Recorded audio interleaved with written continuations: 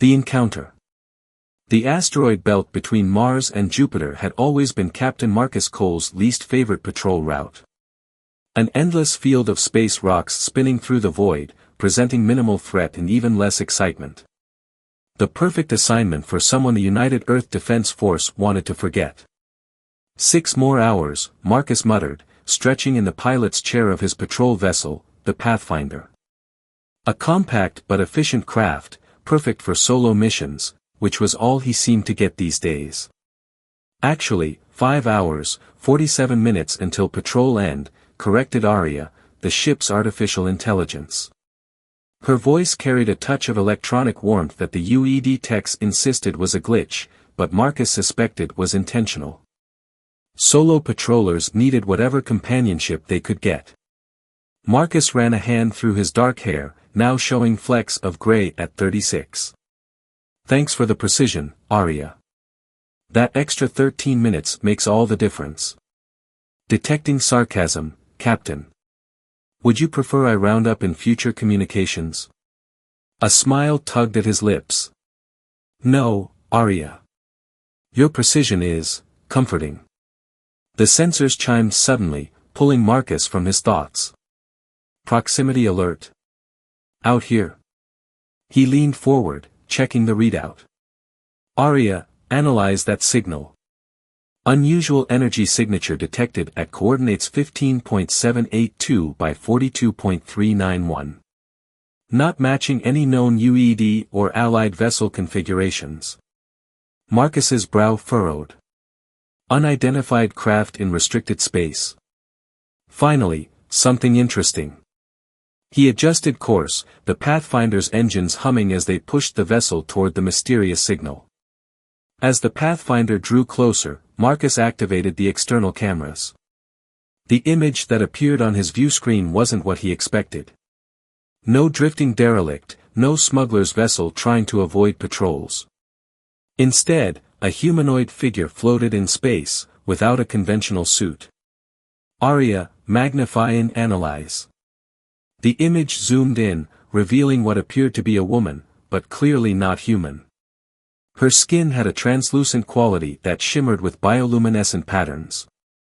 Where a human would have hair, she possessed tendrils that floated around her head like a living crown. Most remarkably, she seemed completely unprotected from the vacuum of space. Biological entity detected. Unknown species. Readings suggest adaptation to vacuum conditions. The entity appears to be conscious and deliberately signaling our vessel. Marcus watched, fascinated and wary, as the figure gestured toward the Pathfinder. She wants to communicate. Is that even possible? Unknown, Captain. However, she is emitting low-frequency radio waves that could constitute an attempt at communication. Can we translate it? Arya paused, her processors working. Partial translation possible. Basic linguistic patterns detected. Recommend caution, Captain. Marcus hesitated. First contact protocols were clear: maintain distance, report to headquarters, await specialist teams. But specialists would take days to arrive, and something about the lone figure stirred his curiosity. 6 years of monotonous patrols had dulled his sense of caution and sharpened his hunger for the unexpected. Open a channel, audio and visual, he commanded. The alien's features shifted, her luminescent patterns intensifying. A crackling sound filled the cockpit, then words, halting but comprehensible. Help, need, assistance. The voice was melodic, with an otherworldly resonance. Marcus leaned forward. This is Captain Marcus Cole of the United Earth Defense Force. Identify yourself and state your purpose in this restricted zone. The alien's tendrils waved in what might have been agitation. Lyra, my designation. Ship, abandoned. Systems failing. Need assistance, please. Your ship. Where is it? Lyra gestured beyond the asteroid field. Hidden. Damaged. Cannot return alone. Every regulation warned against what Marcus was considering. Yet after years of uneventful patrols, the mystery before him proved irresistible. What kind of assistance do you need? Transport. To my vessel. Repairs. Marcus studied the alien carefully. No visible weapons, apparently alone, and in need of help. What harm could come from offering assistance to a stranded traveler? The decision was reckless, but he made it anyway. I can transport you to your ship. But I'll need to report this encounter to my superiors. Lyra's patterns dimmed slightly. Understood. Gratitude. Marcus initiated docking procedures, extending the Pathfinder's airlock. Aria, prepare for visitor reception. Unknown atmospheric requirements. Caution advised, Captain. First contact protocols indicate. I know the protocols, Aria. Log my decision and prepare the airlock. As the outer door opened, Lyra gracefully propelled herself inside. The airlock cycled, and Marcus watched on the internal cameras as she oriented herself to the ship's gravity. Her movements were fluid, almost hypnotic. When the inner door opened, Marcus stood ready, hand resting on his sidearm. The alien entered, her body adapting to the ship's environment before his eyes. The tendrils around her head settled into something resembling hair, flowing down her back. Her skin retained its translucence but appeared more solid, less fluid. Thank you, Captain Marcus Cole, she said, her voice clearer now, though still carrying that strange resonance. How are you breathing our atmosphere? Marcus couldn't help asking. My species, adaptable. Can process many elements. She moved closer, studying him with eyes that shifted color like opals. Your assistance saves me. Something about her gaze made Marcus uneasy, yet he found it difficult to look away. My ship isn't equipped for long-range exploration. We'll need to locate yours quickly. Lyra nodded, the motion too perfect, as if she'd studied human gestures. Can direct you. Not far. As Marcus returned to the pilot's chair, Lyra followed, observing the controls with intense interest. Your technology. Primitive but functional. Marcus raised an eyebrow. Primitive? The Pathfinder is one of the most advanced patrol vessels in the fleet. Apologies. Different development paths. She pointed toward a dense cluster of asteroids. There. My vessel hides. Following her directions, Marcus navigated through the asteroid field. Aria remained unusually quiet, though Marcus could sense her processors working overtime, analyzing their visitor. After 20 minutes of careful navigation, they cleared the densest part of the field. Ahead floated a ship unlike any Marcus had seen. It resembled no conventional design, appearing almost grown rather than built. Its hull had the same translucent quality as Lyra's skin, with similar bioluminescent patterns pulsing across its surface. That's your ship? Marcus whispered, while momentarily overriding caution. Yes. The Nyxera. My home. For the first time, emotion colored Lyra's voice, something like longing, perhaps. Damaged in conflict. Systems dormant. Needs reactivation. The vessel was massive compared to the Pathfinder, extending at least 300 meters from bow to stern. No visible weapons, no conventional engines, just that strange, organic-looking hull with its hypnotic patterns. Aria, full scan. I want to know what we're dealing with. Scanning, Aria responded. Unusual composition. Material unknown to database. Energy signatures minimal but present. Unable to determine life support status or internal configuration.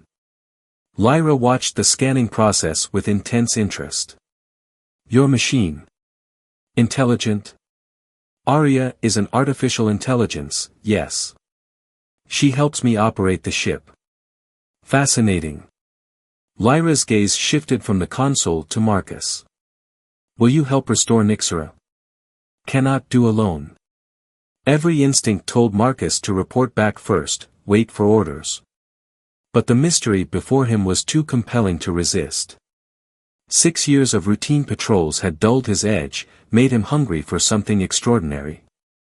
And here it was, first contact with an alien species, a chance to explore technology beyond human understanding. "What do you need me to do?" he asked, already knowing he was making a decision he might regret. Lyra's patterns brightened. "Dock with Nixera. Enter together. Reactivate core systems."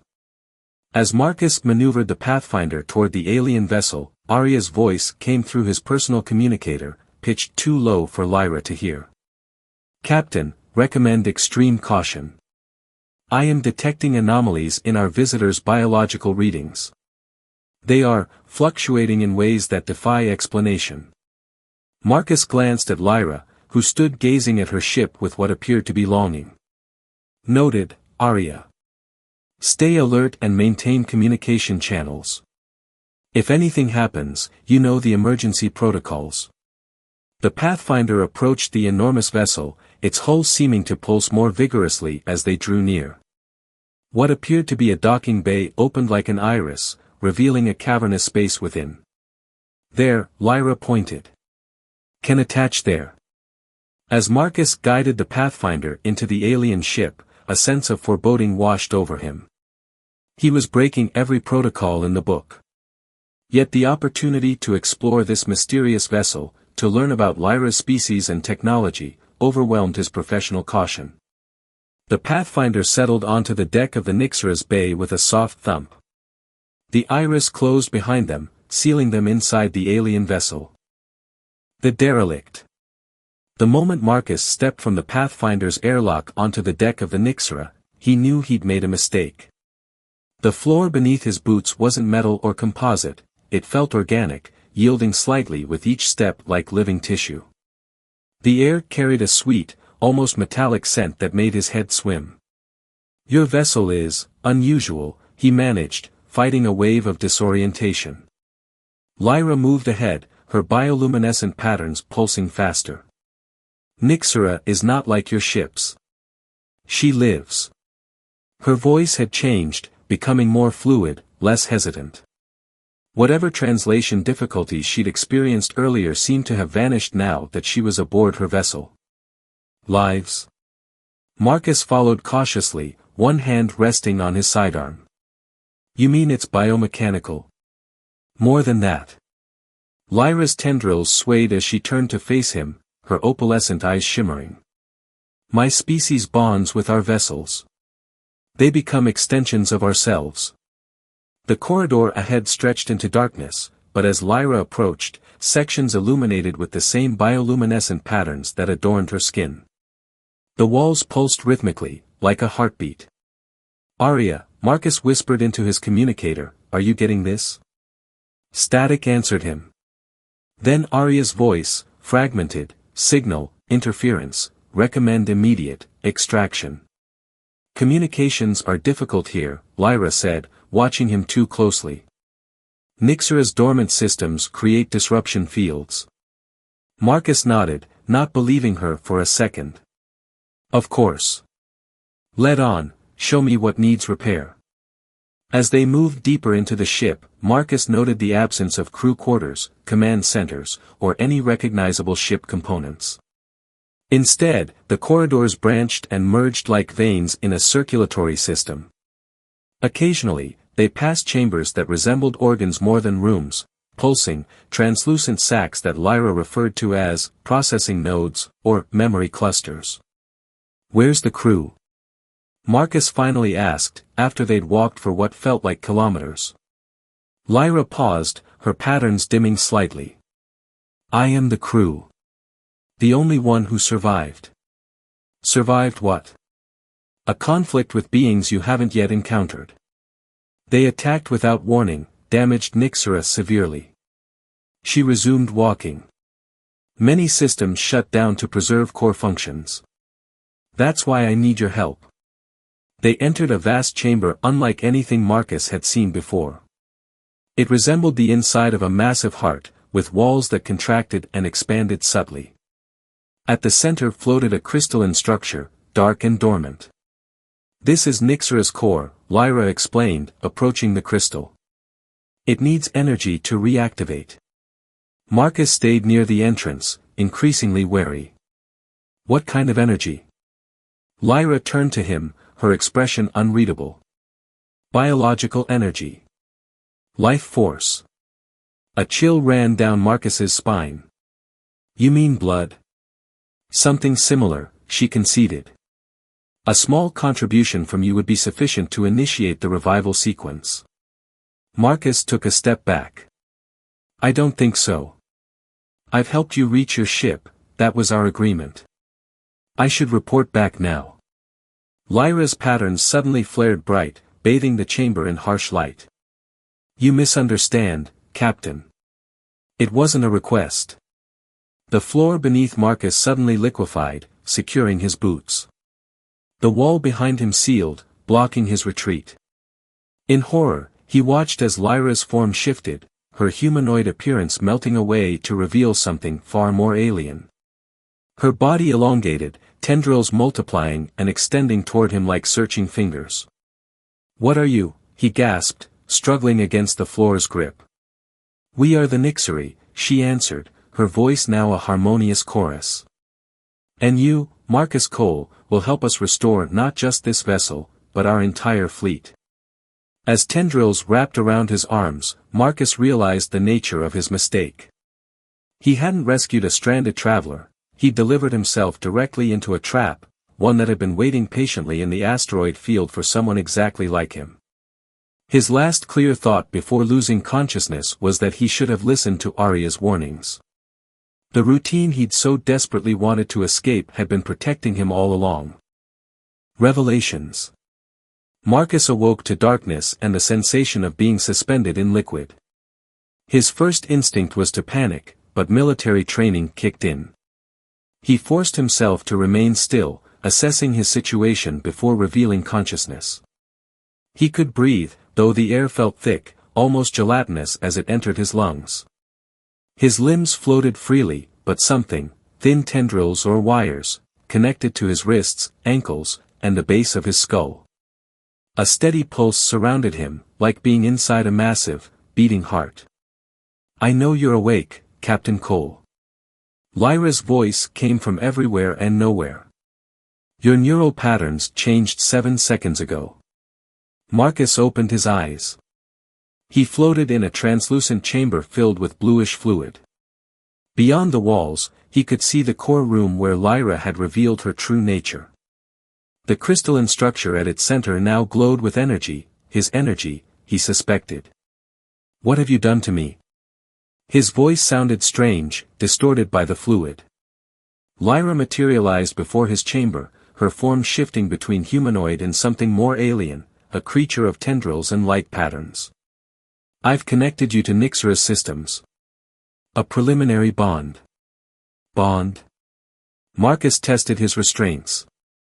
They yielded slightly but held firm. My species doesn't build ships, Captain. We grow them from ourselves, nurture them until they achieve semi-consciousness. Her form stabilized into the humanoid appearance he'd first encountered. But they require a pilot, a biological component to direct their potential. Understanding dawned like ice water in his veins. You need hosts. Symbiotes, she corrected. The relationship benefits both. The ship provides extended life, enhanced abilities, travel among the stars. The host provides direction, purpose. And the original crew? The ones who didn't survive. Lyra's patterns rippled, a gesture Marcus now recognized as discomfort. They rejected the symbiosis. Their bodies proved incompatible. They died, Marcus translated flatly. They failed to adapt, she countered. But you, Marcus Cole, your physiology shows remarkable compatibility. Your mind resists, but your body embraces Nyxera's essence. Marcus became aware of a presence in his thoughts, alien yet familiar, like a half-forgotten dream growing clearer. The ship itself, he realized with horror. It was infiltrating his consciousness.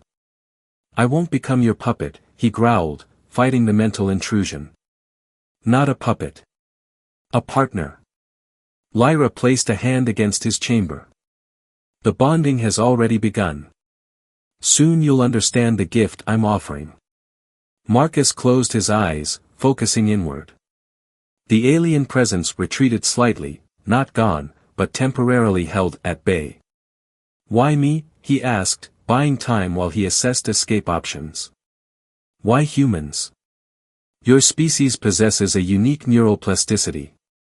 You adapt quickly, think creatively. The perfect symbiotes. Lyra's expression softened. We've been searching for compatible species for millennia. When we detected your transmissions, we knew we'd found potential. So I'm not the first human you've tried to assimilate. The others were less suitable. Explorers, scientists. Their minds were too rigid, too specialized. Her patterns brightened. But a soldier with command experience, someone accustomed to stress and rapid decisions, your ideal. As she spoke, Marcus felt the ship's systems through the connection points on his body.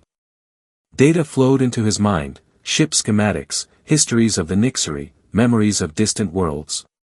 He saw the truth behind Lyra's words. Her species didn't just bond with their ships, they consumed their hosts entirely, leaving only a shell guided by the vessel's needs.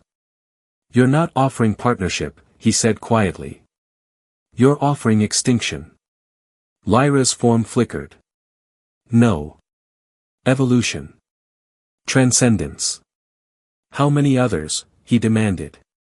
How many ships are waiting out there, hunting for hosts? Enough to save our kind.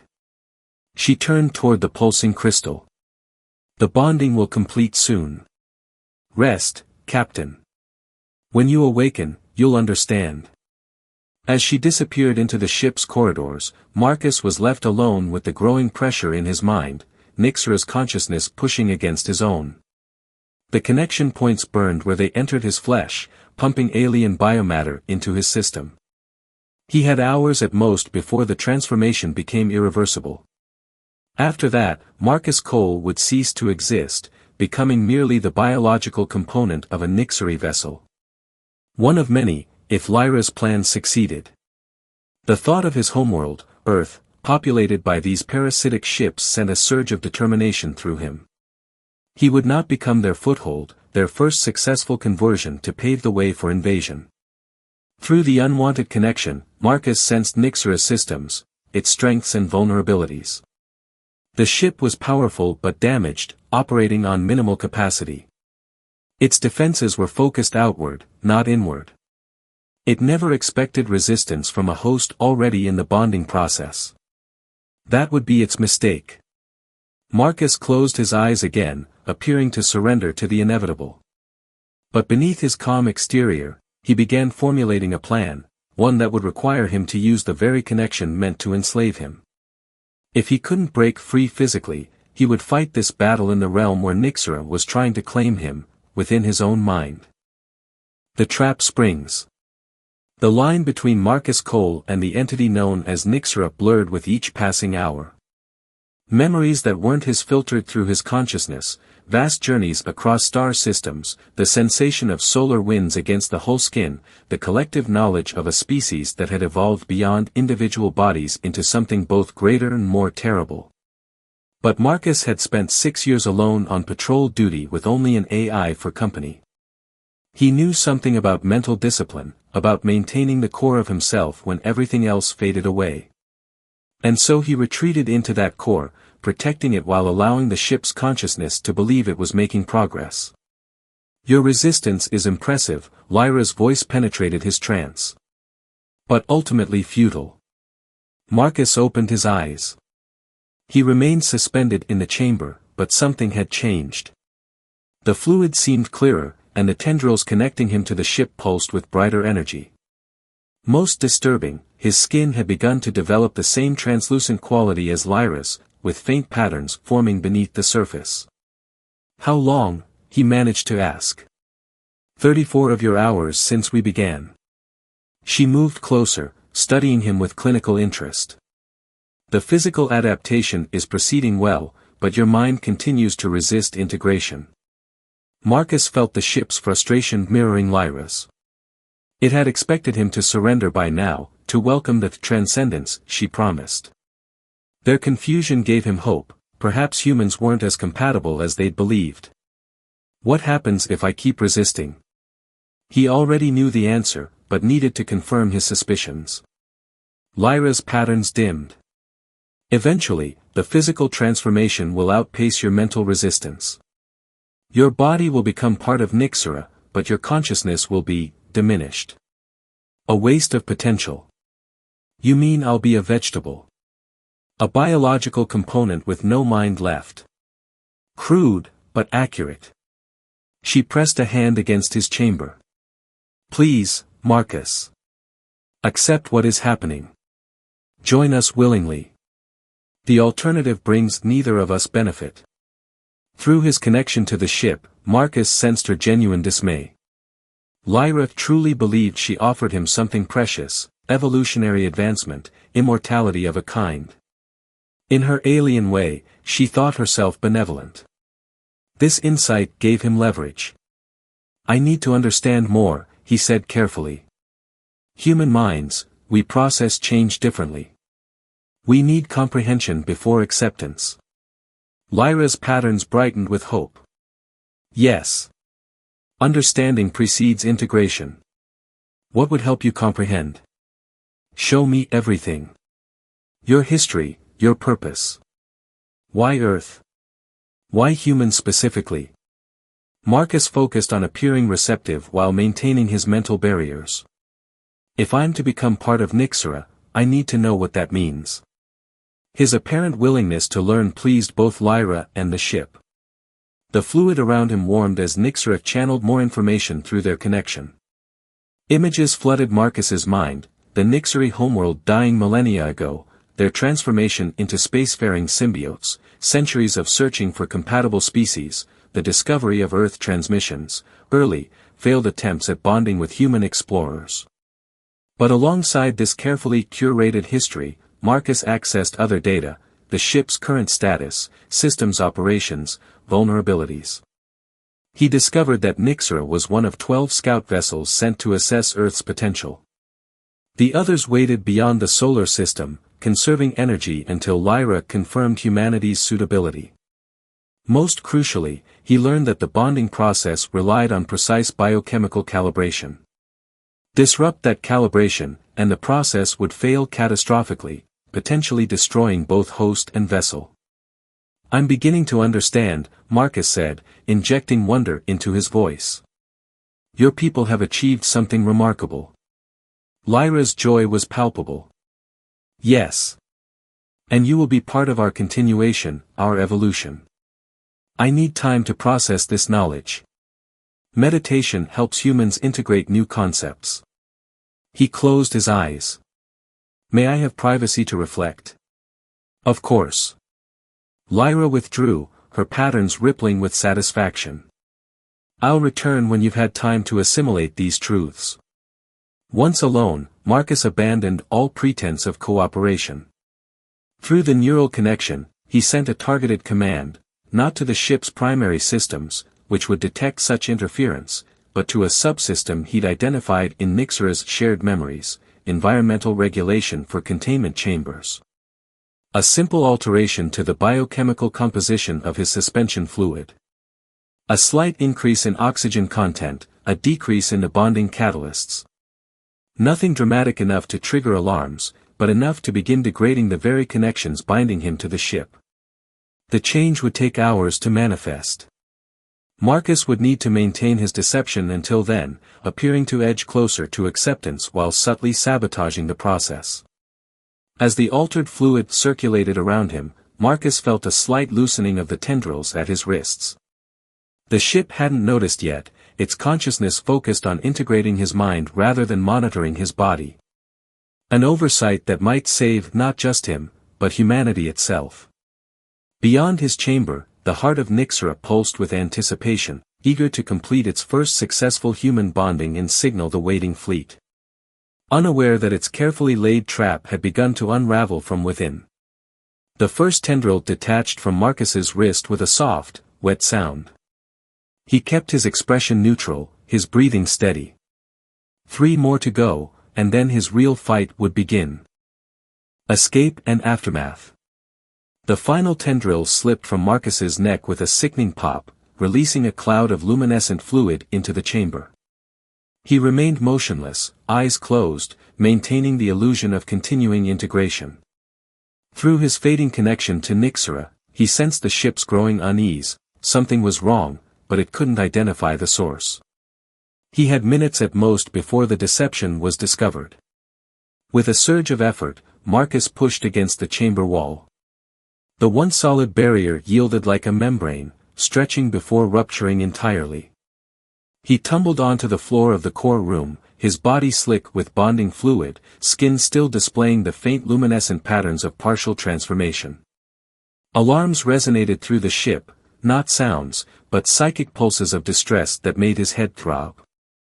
The crystalline core at the chamber's center flared crimson, projecting waves of energy that Marcus felt rather than saw. "What have you done?" Lyra's voice thundered as she materialized, her form flickering rapidly between humanoid and her true shape, a writhing mass of tendrils and light. The bonding was nearly complete. Marcus staggered to his feet, fighting waves of dizziness. "I'm not becoming your foothold species. Not today, not ever." He lunged toward the core, drawing his sidearm, still miraculously attached to his hip. The weapon felt foreign in his hand, as if his body had already begun to reject human technology. Lyra howled, her tendrils lashing toward him.